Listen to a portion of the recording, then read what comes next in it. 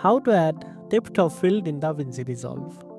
First of all, open your clip into the timeline and go to the color page. This is where all the magic happens for adding visual effects like depth of field.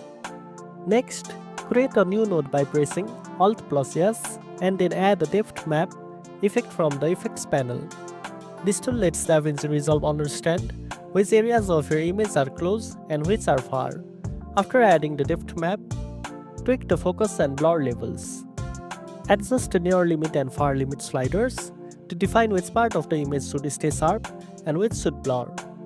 This step is essential for a smooth and realistic depth effect. Now, go back to the effects panel and search for the Gaussian blur or lens blur. Add it to a new node after the depth map. Then, use the depth map as an input to control which parts of the image get blurred. This creates a soft and controlled out of focus background. Then, fine-tune the blur intensity so the subject remains in focus while the background gets that creamy blur effect. Finally, play back the clip to ensure the effect looks natural. Make any additional adjustment in the depth map control or blur settings as needed to get that perfect cinematic depth. And that's it. Now you know how to add depth of field in DaVinci Resolve.